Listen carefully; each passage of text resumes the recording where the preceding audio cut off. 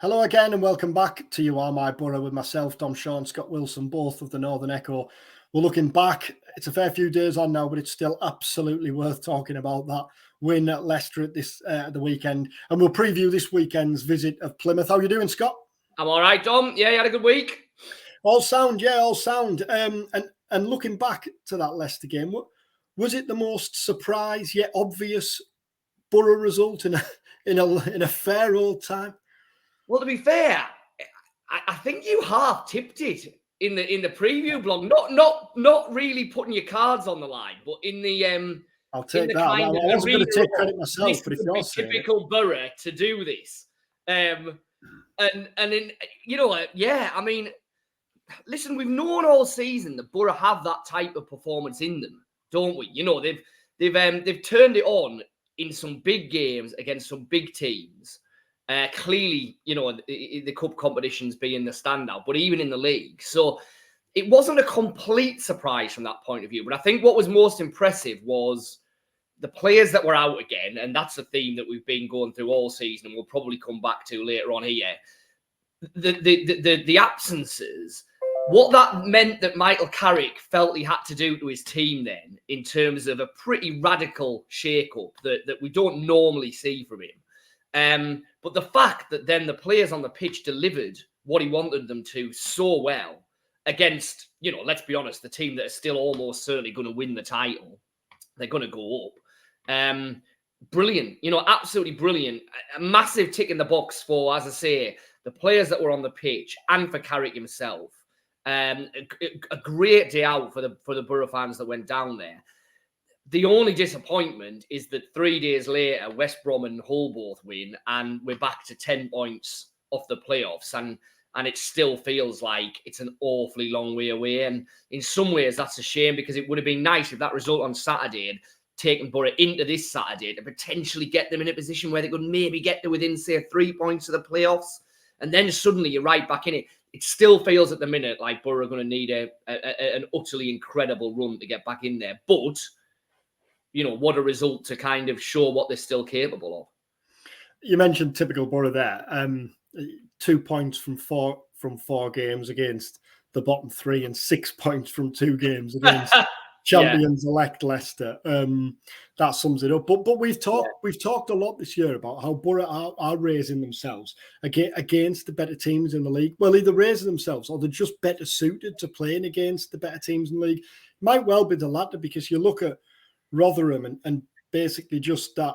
And what the hell happened in their game at Ipswich the other night, by the way? I would never have predicted Rotherham scoring 3 at Ipswich and losing. But when they had to break teams down, when you had the low block and they've got to pick their way through, Borough are better suited, I think, to not necessarily hitting teams on the counter, but just playing against teams that are going to play against them. And Leicester clearly are one of those. I think Plymouth. I watched Plymouth. I know Plymouth at Sunderland, to be fair, a few weeks ago, set up in the first half to stifle and frustrate. But a lot of what I've seen from Plymouth this year, certainly at home, they haven't played like that. But that's a big, and we put that to Michael Carrick earlier in the season, didn't we? Why was it? And he said it could be various factors. If Borough are going to force their way into the top 6, then they need to find a way to beat the teams below them as well as above them in the running, don't they? That's the reality. Yeah, and I think you've probably hit the nail on the head there. With at the moment, Borough do struggle to break down well-organised teams who, like you say, you know, effectively string men behind the ball, let Borough have the ball to a great extent, say, okay, you come and break us down, and then Borough, as we've seen in those kind of scenarios, have tended to be very, very vulnerable on the counter-attack, have given away soft goals, and have then not been able to get back into the game and break those kind of teams down. Where they've excelled this season is in matches where Borough have had to be the defensively resolute ones. And like you say, it's a bit more than just hitting teams on the break because, you know, it's not like they're having 20%, 30% possession. They're having more of the ball than that. But they're generally counter-attacking on teams who are not necessarily set up because they've turned the ball over to Borough. And that does seem to suit this Borough team. You know, especially at the weekend, the likes of McGree back in there, the likes of Azaz. Silvera, who obviously has got an awful lot of pace, really good movement.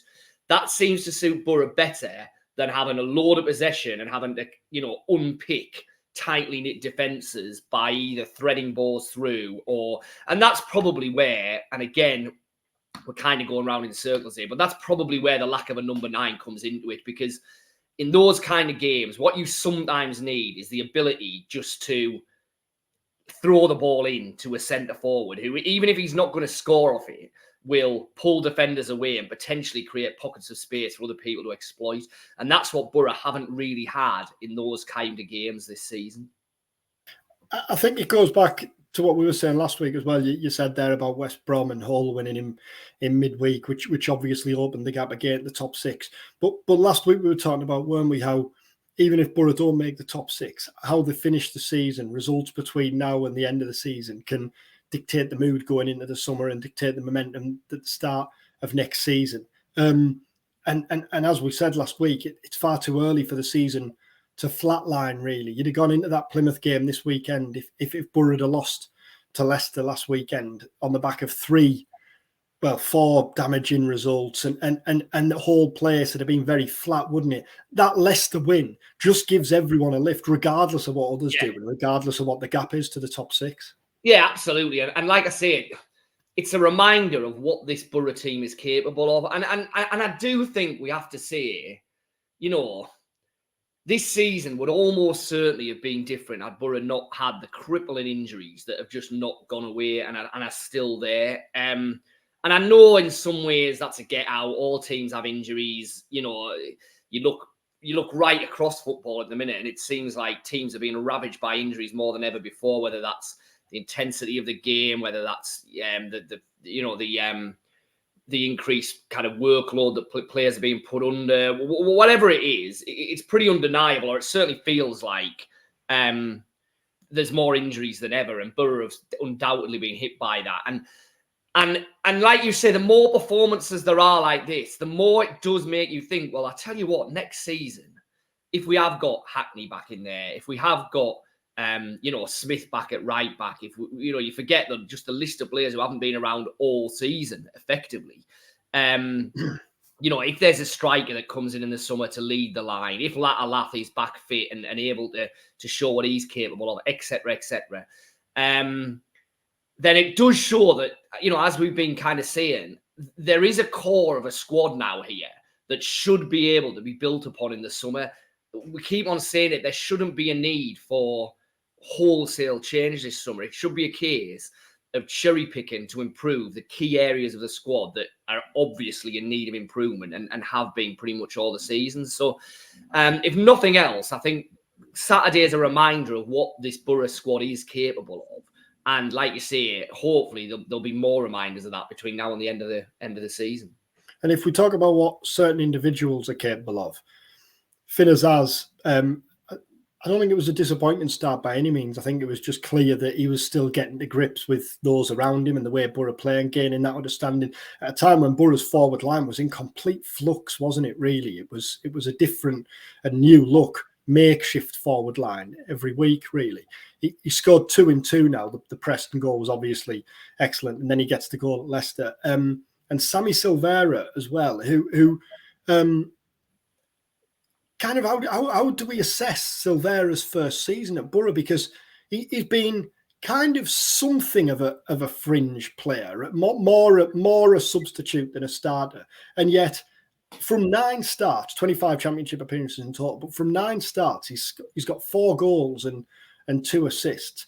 Considering he's a young player and getting the grips with the championship in his first season, I think it's been a promising start, really, on the whole, from Silvera. No, I would agree. I think there's massive potential there. I mean, first half of the season, it felt like he was pretty much showing what he could do in the Carabao Cup, wasn't he, really? A couple of standout performances, Exeter being probably the obvious one where he really changed the game along with Rodgers in that second half. And it was really cameos in the league. What we're starting to see now is him getting more of a genuine chance in the league.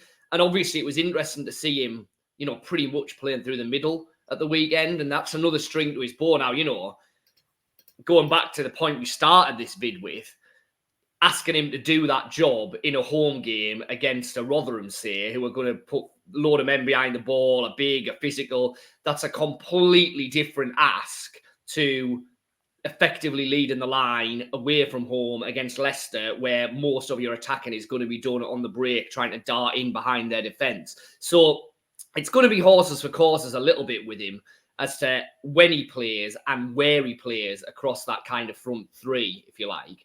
But there's definite potential there. And like you say, the same with Azaz, that the more and more we see of him, the more it's pretty obvious that he's going to be an absolute stick-on starter for the rest of this season and next season in whatever side Carrick rebuilds.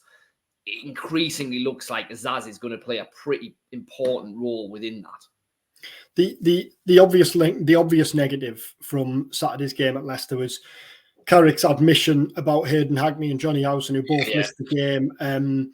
You're speaking to Michael Carrick at Rockcliffe on Thursday afternoon, so if you're watching before then, you'll have likely seen an update by then. But regardless of what he says this afternoon, I can't imagine his tone, and I hope to be proved wrong here, but I can't imagine his tone will have changed too much. He didn't sound particularly upbeat at the weekend. That's a blow, a double blow, isn't it? A major double blow. Yeah, it really is. Yeah, I mean, it's a big blow for the next few weeks, clearly, when, like we say, if Boro are going to turn what's looking unlikely playoffs into genuine chance of the playoffs. We keep on saying it, but it feels like with a 10-point gap, they're going to have to win at least 3 of the next 4 just to start closing that gap before they even get into it. So it sounds like they're probably going to have to do that without Howson and Hackney, which is clearly a massive blow. Now, it also then kind of throws itself forward and starts asking questions about the summer, doesn't it? Because Johnny Howson is in his usual position of being out of contract in the summer. Will Boro offer him another 1-year deal? You'd imagine so. Howson has, indicated that he wants to carry on playing. He clearly loves it here at Boro. So it feels like that's a deal that could easily get done. But it's by no means certain. I mean, we keep on assuming that Boro are going to keep offering these deals to Johnny Howson, and everything Carrick said kind of confirms how important he still is, both on and off the pitch. So you'd imagine that will happen, but it's not certain. And he has picked up more injuries this season than probably most others, which would be a slight worry given the age he is if you're going to be offering him a new deal. And then Hackney, we probably expect, don't we, there to be interest in Hackney in the summer, Premier League interest, if Boro aren't going up. And so, all of a sudden, you may be just seeing 2 or 3 more appearances from Hackney. Well, we don't know how bad the injury is. Listen, I'm jumping there. But we might not be seeing much more of Hayden Hackney before Boro have to make a really big decision in the summer about what they're going to do with him if genuine bids come onto the table. So yeah, it's definitely not a great time to be without them for a whole host of different reasons. Michael Carrick's talked repeatedly this season, hasn't he, about injuries for one player is an opportunity for another. Lewis O'Brien being the primary beneficiary here, I think, of Hackney and Howson's injury. He obviously played in the middle at the weekend. O'Brien was one of the Championship standout midfielders a couple of seasons ago at Huddersfield. Obviously, Nottingham Forest paid big money for him. That didn't work out. But he was the driving force behind that Huddersfield team's surprise run to the playoff final. If Boro can get, when he came, I was at his press conference in the summer when he spoke after he'd signed, and he was great talking about how he feels like he has a point to prove. Last season didn't go to plan, but he wants to get his career back on track. He feels like he has to prove a point. Now, obviously, that was kind of taken out of his hands when he suffered that injury at Watford early in the season. But I think 2 things probably credit to O'Brien's character and professionalism. One, given that he talked about his desire to prove a point, and given that he clearly sees himself as a midfielder, he was more than happy to help out and do a job at left back in the early stages of the season when Lucas Engel was obviously finding his feet and Alex Bangura was injured. But then B, during that 4-month long layoff, there was never any indication about him going back to Forest, about him wanting to go back to Forest. The message was always clear. He'll get fit here and we want him to play a part in the remaining weeks or months of the season when he does come back. And now he's going to get that chance, isn't he? what the future holds is unclear. But if Boro can get anything like the midfielder that Huddersfield had a couple of seasons ago, then they've got a star there. Yeah, I think it was his best performance at the weekend, wasn't it? And what he's showing is that there's a really, really quality midfielder in there, but there's also a player who, like you say, can do a number of different roles. We've seen him filling left back. He's played on the left of the midfield. He's played central midfield. He's played deep line midfield. He's almost played as a 10. That's really valuable at any time, but massively so at the minute when the squad is kind of being picked apart in various different positions. And it seems like every week a different player goes down. So he is going to have a really big role between now and the end of the season. No question about that. And then, like you say, for all that we carry, we say that it's not a major rebuilding job in the summer, and it's not. There are still a number of decisions Boro are going to have to make, and O'Brien is clearly one of them.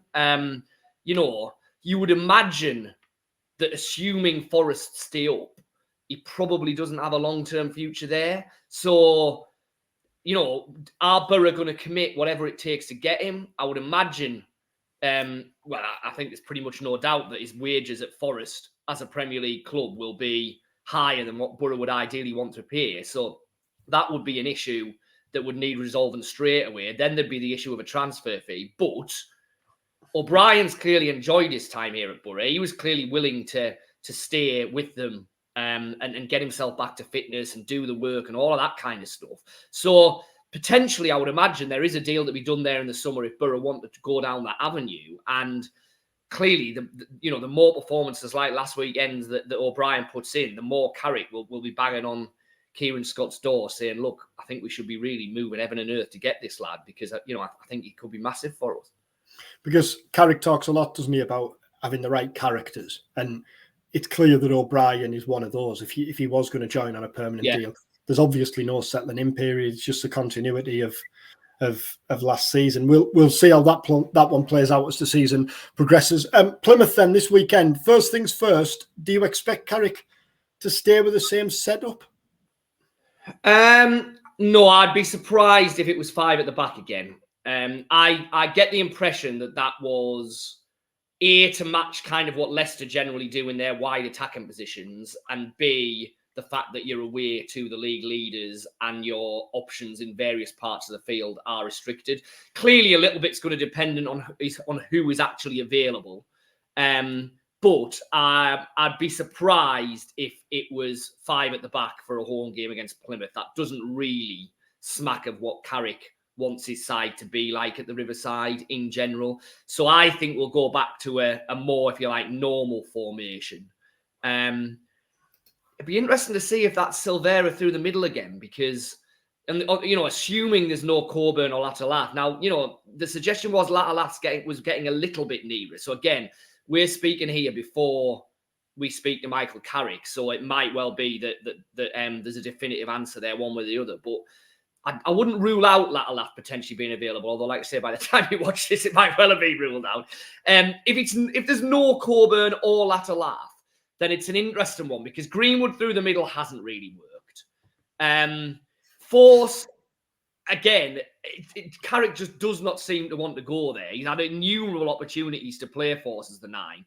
Silvera as the 9 worked at the weekend. So it's a very different proposition in a home game against Plymouth, as I've kind of alluded to earlier. But given that it worked, it wouldn't be a complete surprise if he gave that another shot.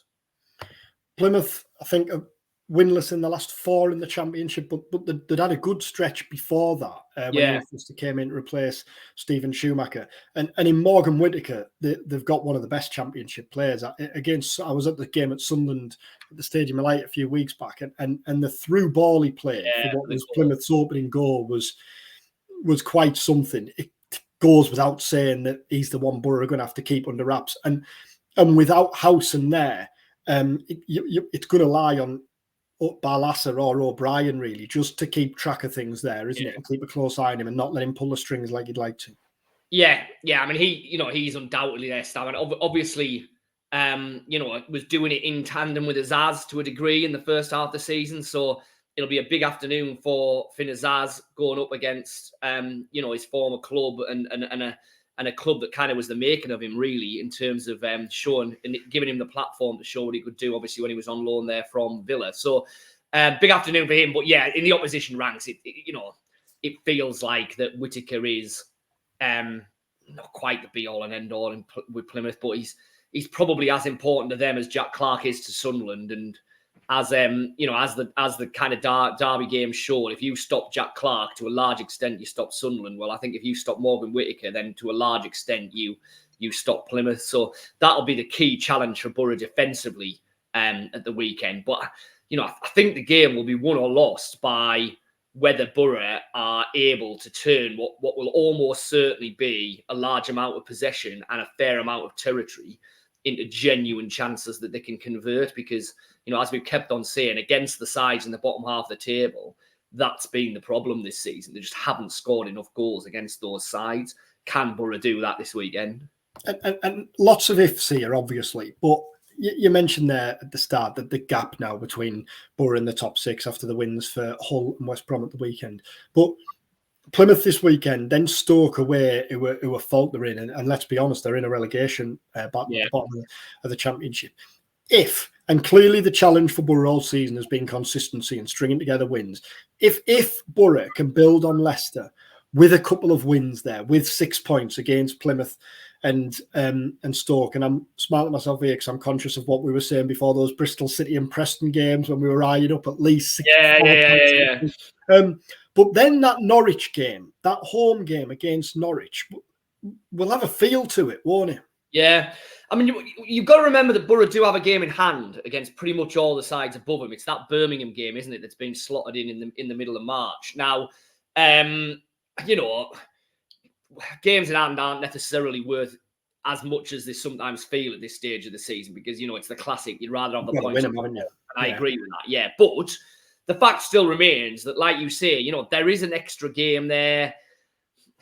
We've got 5 games running along the bottom there. I mean, we keep on doing this, but it feels like Boro need an absolute minimum of 9 points, ideally 12 from those 5 games to realistically give them a shot going into. Because once you've played those last 5, we'll be into the last 7 or 8. So you need to be within 6 points of the playoffs, really, then, because there's going to be so many sides involved in it. It's like, if it was just you shooting against one other team, you've got a shot. But when there's 4 or 5 other teams in amongst it, which there inevitably will be, you need to be in that. So, yeah, so I do think those 5 games, it's got to be 9 points. Ideally, it probably needs to be 10 or 12. And given how inconsistent Boro have been this season, that feels a big ask. But it's by no means impossible. When you look at the games that are coming up, Plymouth at home, it's a big opportunity to get a win. Stoke away, as you say, yes, it's going to be difficult because Stoke are scrapping, but Stoke are not playing well. Norwich at home will have a big game feel to it if Boro have got themselves back into it. QPR at Loftus Road, well, they're down there scrapping for their lives as well. And then Birmingham, I was going to say a reunion with Tony Mowbray, but obviously there's been some really, really sad news on that front this week, which maybe we'll touch on in a second. But, Mark Venus anyway, either way. There are games there that on paper, Boro can take advantage of, but we've been saying that all season. And in general, they haven't done what you want them to do. So, let's see what happens, I guess. Yeah, on Mowbray, I want to talk about Mowbray. Obviously, the sad news on Monday that he's had to step away from Birmingham temporarily due to medical reasons. The outpouring of love and support from across football, from all of his previous clubs, from all of the fans of his previous clubs, is just a measure, really, of the man, isn't it? The manager, but more so the man. Yeah, and we've seen that dealing with him at both at Boro and at Sunderland, haven't we? That even if you've never met Tony Mowbray, I think your impressions of the way that he comes across and everything is that he's just a genuine bloke and a really nice fella. And that's absolutely what he is once you get to know him and have a bit of dealings with him. Just thoroughly down to earth, thoroughly decent, really nice guy. It hasn't surprised me whatsoever that there's been this kind of outpouring of support for him. Nobody that I know in football has kind of ever had a bad word to say about Tony Mowbray. And clearly we just hope that that whatever it is he's fighting against he gets the better of it and everything comes out all right. And obviously we wish him all the best and his family and everything. Just a real shame because he's gone into Birmingham and it seemed to be very, very re-energized after kind of the way it ended at Sunderland, and unsurprisingly he was getting results there. He was turning things around there, but obviously there's times in life when football has to go on the back burner, and this is clearly one of them.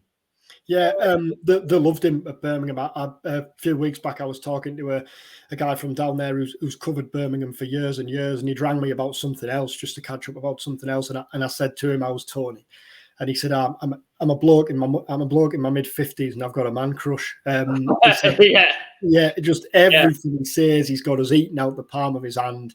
That's it. Did you see the Revels clip at the weekend where a Birmingham fan had chucked a packet of Revels at him as he was? Really? No, I didn't see that. Yeah, he was making his way down the tunnel, and a fan had chucked a packet of Revels at him, and he picked it up and walked off with them. Brilliant. In terms of managers you've dealt with, is he the best? He's got to be right up there. He's got to be right up there. He's got to be right up there. I mean, in terms of Boro, he'd be up there without a shadow of a doubt. I mean, Warnock clearly was a bit of an adventure, wasn't it? And he's a very decent, enjoyable kind of bloke. I mean, I always got on pretty well with Karanka. I've got to say, I always found Karanka pretty good to deal with. I know that wasn't the universal feeling within the press, and obviously within the fan base, there's kind of ups and downs in that relationship. But I always found Karanka really good to deal with. Other northeast ones that stand out. So Bobby at Newcastle would be an obvious one, I guess. But I was pretty young then, just starting out really, and the chance to just listen to his press conferences and the kind of passion and enthusiasm he still had at his age, and getting the whiteboard out and taking 20 minutes to explain to us what he was doing and stuff when he could quite easily have just given us short shrift. That was fantastic. And then the one that probably stands out at Sunderland is Keane, for completely different reasons. But it was always a bit of a challenge and a bit of an adventure going to his press conferences, but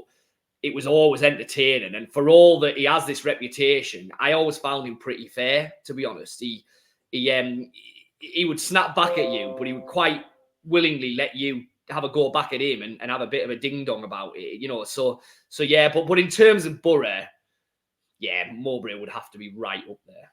It's his honesty, isn't it? He can't help but answer a question, can he? The one that always stands out is when Sunderland played Boro last year, and he was asked about the Sunderland midfielder Dan Neil, and basically words to the effect of can he go on to play in the Premier League? And Tony started his answer with kind of the message: look, I'm not going to attract Premier League attention on midfielder. You can see how good he is. He doesn't need me to talk him up and say he's Premier League bound. But then he kept talking and kept talking and kept talking, and ended his answer with, and when I look at Dan, I maybe don't see him being too dissimilar to the man who's going to follow me in here, Michael Carrick. And you think he started his answer by saying I'm not biting, and ended it by comparing him to Michael Carrick. A massive bite, yeah. And I mean, his time at Boro, I think the way that he handled that was the measure of the man as well, because it was his hometown team. It would have been his dream job. He'll have always have kind of fancied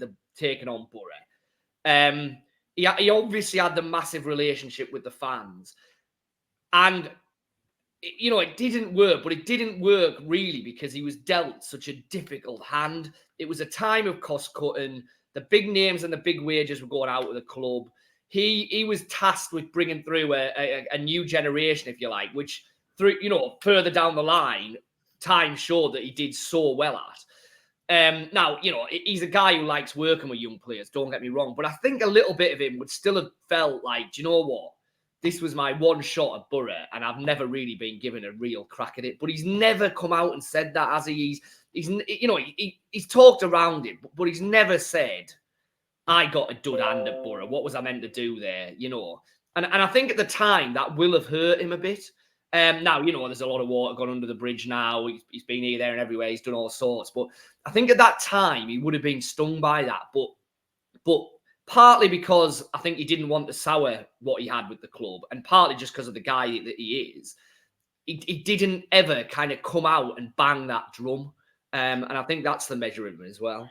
And I think when you say that it didn't work for him, obviously he didn't take Boro up, which is what he wanted to do. But there's Karanka doesn't have the success he has without the That's foundation exactly it. they put in place. So I think it probably did work, but down the line, and Karanka was a beneficiary. Now, Karanka clearly did an awful lot of good work as head coach. I'm not disputing that. But when you look at the players who Mowbray brought in, Leadbitter, George Friend, Albert Adoma, Dimmy, although I know Dimmy wasn't playing under Mowbray, but he came during Tony Mowbray's time. The work was done for Ayala and Tomlin, if I remember rightly. You could go on and on. He gave Ben Gibson his debut.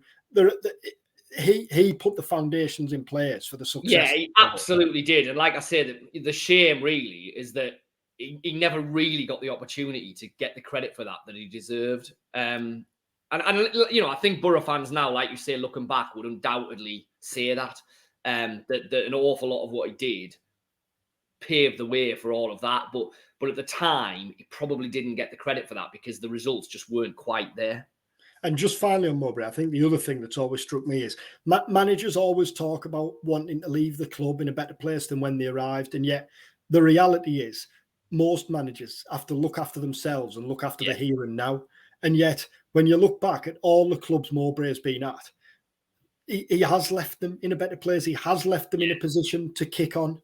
You look at the mess at Blackburn when he took over there, and he went down with them, but he brought them back up and steadied them. Sunderland last year were very much in flux when he took charge, weren't they? It was unknown at that stage how they were going to do. He obviously led them to the top six and developed the young players. But there are countless other examples. I think that's the other that again shows that he's always been in it for the right reasons. Yeah, and I think is clearly a major reason why he was out of work after Sunderland for a month and a half, and Birmingham couldn't snap him up quickly enough, because I think clubs acknowledge that yes, you want a manager to get you promoted, win you the league, whatever your ambition is set at, but you also want someone, unless you're at the absolute elite level, you want someone who can progress your club, knowing that the conditions aren't always going to be absolutely optimal for them to be able to do that. And that is Mowbray's kind of calling card, isn't it, if you like, really? Fingers crossed. We've, I'm sending our love and thoughts to Tony through this time, and hopefully he'll be back in the Birmingham dugout in no time at all, and having those Birmingham press men and women down there eating out the palm of his hand once more. And best of luck to Mark Venus during his interim stint in charge. Back to Boro, Plymouth this weekend. Predictions? We haven't been very good at this recently, have we? 2-1 Boro. I think Boro will win it. I suspect it'll be hard work. I think it'll be like a number of the games that we've seen this season, where Boro will dominate possession, but will have to start taking their chances. But an Azaz-less Plymouth, like you say, they're not on a great run. The Bristol City was a disappointment. I think if you lose at home to Plymouth, or even draw at home to Plymouth, it's a bigger disappointment, because this feels, Bristol City, well, A, Boro's record against them, as we said, was abysmal, but B, are up there challenging, have the potential of that kind of result in them. It hasn't felt for a while like Plymouth have, really. So I think if Boro were to slip up here, then it would be a real disappointment, and probably the final nail in the coffin. So 2-1 Boro, you? Yeah, I agree. I think the disappointment would be more so than it was against Bristol City, because I think Bristol City are a better team, and just after the highs of Leicester last week, you're desperate to use that as a springboard, aren't you, and kick on. And I think Boro will. I think 2-0. Clearly, the first goal is important, isn't it? And the longer it goes on without Boro getting it, then the more frustration might set in. But I fancy Boro to pick the way through, and I think they'll win 2-0. And then we'll be back here next week plotting the route to the top six. It reminds me of last year at Sheffield United, when we spent weeks and weeks convincing ourselves. Every week we thought it was going to happen. I know. Well, fingers crossed. Well, thanks for watching. Thanks for listening. If you are watching on YouTube, then do remember to press subscribe and as ever, leave any comments in the comments section. If you're listening on podcasts, then please rate and leave a review there as well. Enjoy the rest of your week. Scott is at Rockcliffe on Thursday afternoon, so there'll be full reaction from Michael Carrick's press conference ahead of the game against Plymouth, and then we'll have coverage this weekend. Thanks for watching. Thanks for listening. Take care.